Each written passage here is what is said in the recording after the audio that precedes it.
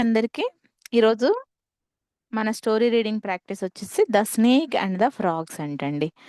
So snake and the frogs మనకి అంతా తెలిసిన స్టోరీలే, బట్ చిన్న చిన్నగా దీంట్లో ఏం నేతుంది చదవటం ప్రాక్టీస్ చేయడానికి కోసం కాబట్టి మనకి చిన్న చిన్న బుజ్జి బుజ్జి స్టోరీలు అనమాట. సో ఈ స్టోరీలో ఏం నీతుంది అనేది మనం చూద్దాం. స్నేక్ అంటే మనకు తెలుసు పాము, ఫ్రాగ్స్ అంటే కప్పలు. ఇక్కడ ఫ్రాగ్ ఒక్కటే ఉంటే ఓ ఫ్రాగ్ మాత్రం రాసి వదిలేసేవాళ్ళం. ప్లూరల్ కాబట్టి ఎస్ పెట్టాము. సో ప్లూరల్ నౌన్స్ ఎలా చేయాలి, దానికి ఎస్ పెట్టాలా ఈఎస్ పెట్టాలా అనేది మనం ఇంకో వీడియో చేసి పెట్టాం కదా. మీకు ఎవరికైనా ఏమైనా డౌట్ ఉంటే, అంటే స్నేక్ ఒకటే ఉంటే స్నేక్ అన్నారు, దాన్ని ప్లూరల్ చేయాలంటే ఎస్ పెట్టాలా ఈఎస్ పెట్టాలా అనే డౌట్ ఉంటే ఆ వీడియోస్ చెక్ చేసుకొని సరిపోతుంది. సో ఇప్పుడు ఈ స్టోరీలో మనం ఏం చేస్తామంటే పదాలు ఎలా చదవాలి, ఎలా విడగొట్టాలి, అంటే సిలబుల్ ఎలా చేయాలి, దాంట్లో ఓవెల్స్ని బట్టి అది షార్ట్ చదవాలా, లాంగ్ చదవాలా, డిఫ్థాంగ్ సౌండ్ చదవాలా, ఇవన్నీ ఫస్ట్ రీడింగ్ ప్రాక్టీస్, దాంతో పాటు విత్ పంచువేషన్స్. పంచువేషన్స్ అంటే మొన్న క్లాస్లో చెప్పాను కదా మీకు, కామా ఉన్న దగ్గర కొంచెం పాజ్ చేయాలి, ఫుల్ స్టాప్ దగ్గర ఆగాలి, క్వశ్చన్ మార్క్ దగ్గర క్వశ్చన్ లాగా అడగాలి, ఎక్స్క్లమేషన్ దగ్గర ఆ ఎక్స్ప్రెషన్ పెట్టి చెప్పాలి. ఈ విధంగా మనం ప్రాక్టీస్ చేయాలి. రీడింగ్ ప్రాక్టీస్లో ఇవన్నీ మనకి కనపడాలి, మాడ్యులేషన్స్. సో చదివేటప్పుడు స్పెల్లింగ్స్ ఎస్టిమేషన్, అదేవిధంగా పంచువేషన్స్ వాడుకుంటూ రీడింగ్ ప్రాక్టీస్, అది కూడా మళ్ళీ వొకాబులరీ ఫాలో అవుతూ, అంటే ఆ ప్రొనౌన్సియేషన్స్ ఎక్కడ మిస్ అవ్వకుండా, ఆ ఫ్లో తగ్గకుండా ప్రాక్టీస్ చేయాలన్నమాట. ఇదంతా మనం ఓన్లీ రీడింగ్ ప్రాక్టీసే. ఫస్ట్ లెటర్ సౌండ్స్ నేర్చుకొని, రూల్స్ నేర్చుకొని ఇక్కడ దాకా వచ్చాము. ఇప్పుడు సిలబుల్ చేసుకుంటూ పదాలు చదువుతూ దాంతో విత్ పంచువేషన్స్ ఒక స్టోరీ రీడింగ్ ప్రాక్టీస్ అనేది చేస్తున్నాం అనమాట. ఇది చాలా హెల్ప్ అవుతుందండి. ఈ విధంగా ప్రాక్టీస్ చేయండి. స్టోరీ రీడింగ్ అయిపోయిన తర్వాత దీంట్లో మనం గ్రామర్కి సంబంధించి పార్ట్స్ ఆఫ్ స్పీచ్, అంటే భాషా భాగాలు ఏమేమి ఉన్నాయి అని చెప్పేసి వెతుకుతున్నాం అనమాట. దీంతో మనకి ఆ parts of speech grammar related కూడా తెలిసిపోతుంది. ఈ విధంగా ఒక స్టోరీలోంచి మనం ఇన్ని నేర్చుకుంటున్నాం. So the snake and the frogs అంటే ఒక పాము మరియు కొన్ని కప్పలు. వన్స్, ఒకానొకప్పుడు, there was an old snake and he was weak.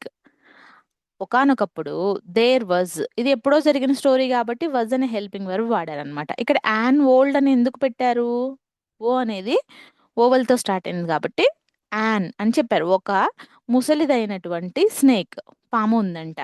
And అనేది కంజంక్షన్. హీ వాజ్ వీక్, అది చాలా వీక్గా ఉంది ఎందుకంటే ముసలిది అవ్వడం వలన.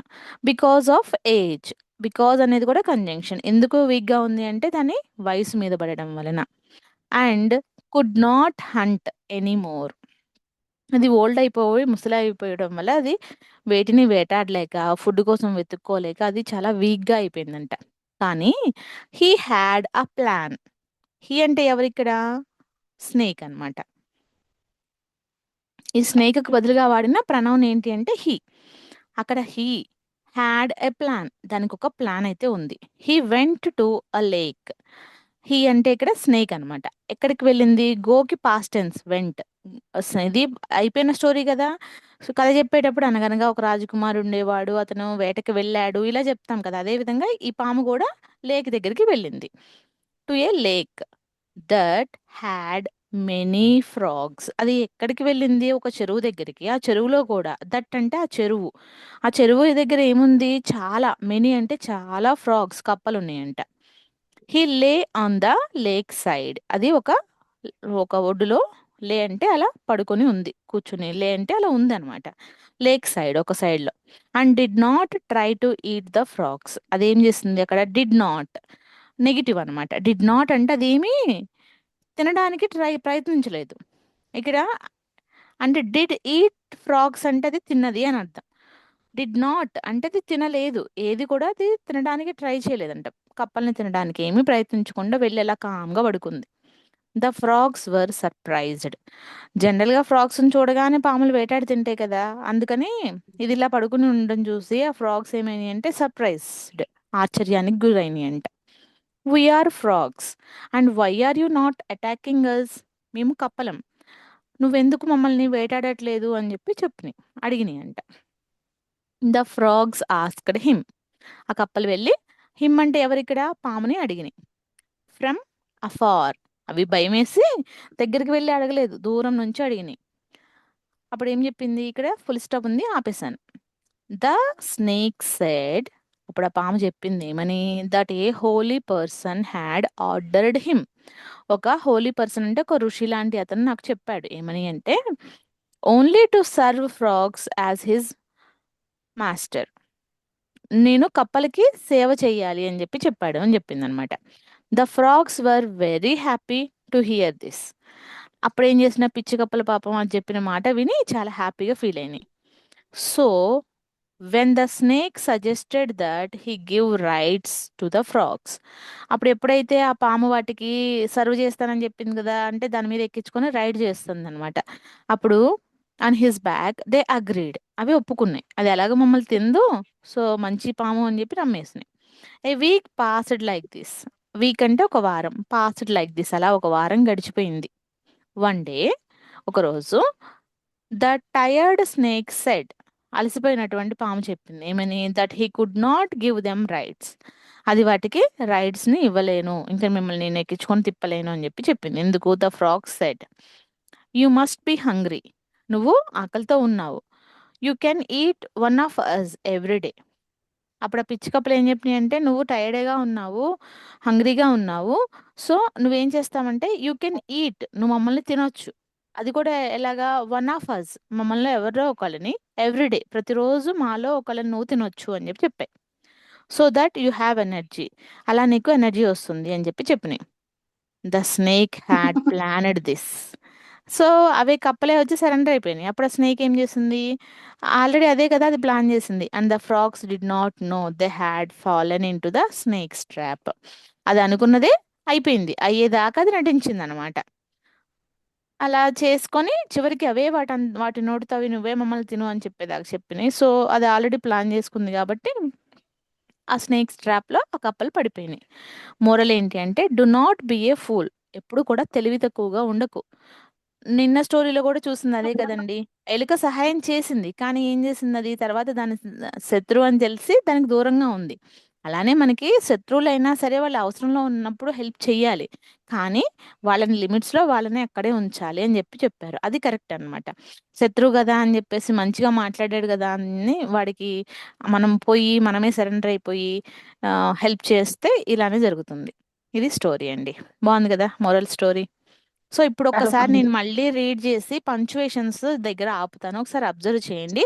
ఇదే స్టోరీ మీరు వింటూ మళ్ళీ ప్రాక్టీస్ చేస్తే ఏమన్నా కొంచెం ఇంప్రూవ్మెంట్ ఉంటుందేమో చూద్దాం. The snake and the frogs. Once there was an old snake, and he was weak because of age and could not hunt anymore. He had a plan. He went to a lake that had many frogs. He lay on the lake side and did not try to eat frogs. The frogs were surprised. We were frogs. And why are you not attacking us? The frogs asked him from afar. The snake said that a holy person had ordered him only to serve frogs as his master.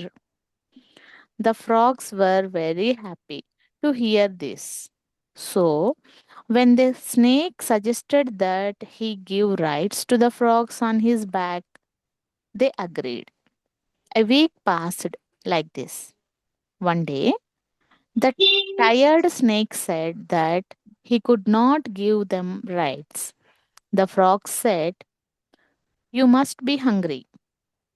You can eat one of us every day so that you have energy. The snake had planned this, and the frogs did not know they had fallen into the snake's trap. Moral: do not be a fool. ఇదండి story. So ఈ విధంగా practice చేయండి. Next వచ్చేసి దీంట్లో nouns ఏమున్నాయో చూద్దాం. చాలా ఉన్నాయి కదా నౌన్స్ అంటే, పర్సన్, ప్లేస్, థింగ్, యానిమల్ యొక్క పేర్లు. స్నేక్ అనేది నౌనే, ఫ్రాగ్స్ నౌనే, లేక్ నౌనే, పర్సన్ నౌనే, మాస్టర్ నౌనే, వీక్ నౌనే, రైడ్స్, ట్రాప్, ఇవన్నీ కూడా నౌన్సే కదా, అవునా? నెక్స్ట్ ప్రనౌన్స్, నౌన్కి బదులుగా వాడినవి. హీ ఒకటి, హిమ్ ఒకటి, స్నేక్ కి బదులుగా చెప్పారు. ఫ్రాగ్స్ కు బదులుగా వి వాడారు, అజ్ వాడారు, దే వాడారు, వన్ వాడారు. ఇవన్నీ కూడా ప్రనౌన్స్. పోతే వర్బ్ వర్బ్స్. ఏమున్నాయంటే, went, was, won, went, went, had, had, lay, lied, eat, asked, said, ordered, agreed, passed, planned, fallen ఇవన్నీ వర్బ్స్. అడ్జెక్టివ్స్ వచ్చేసి Adjective. అంటే Old నౌన్ snake. డిస్క్రైబ్ చేసేవి కదండి. స్నేక్ని డిస్క్రైబ్ చేయడానికి old snake, weak snake, holy person, tired snake, happy frogs, many frogs. So ఇక్కడంతా మీకు ఇప్పుడు అడ్జెక్టివ్ అంటే అర్థమైంది కదా. ఆ స్నేక్ గురించి ఎక్స్ప్లెయిన్ చేస్తా. స్నేక్ ముసల్ది, వీక్ గా ఉంది, హోలీ పర్సన్, టయర్డ్ గా ఉంది, హ్యాపీ ఫ్రాగ్స్, మెనీ ఫ్రాగ్స్ ఇవన్నీ కూడా మనకి అడ్జెక్టివ్స్ అన్నమాట. అంటే నౌన్, ఇవన్నీ నౌన్స్ గురించి చెప్పిన పదాలని అడ్జెక్టివ్స్ అన్నాం. అదే మరి యాడ్వర్బ్స్ అంటే వర్బ్ గురించి చెప్పిన పదాలు. Once, not, Not very, very on anymore. many. Next prepositions వచ్చేసి to, on, So, at, from, not into, from off. into us. Next conjunctions and, because, when, that, so. What so? Interjections అయితే లేవండి. So ఈ విధంగా story మీరు ఓన్గా read చేసి దీంట్లో ఉన్న ఇవన్నీ పార్ట్స్ ఆఫ్ స్పీచ్ ఒకసారి ప్రాక్టీస్ చేసి రాయండి.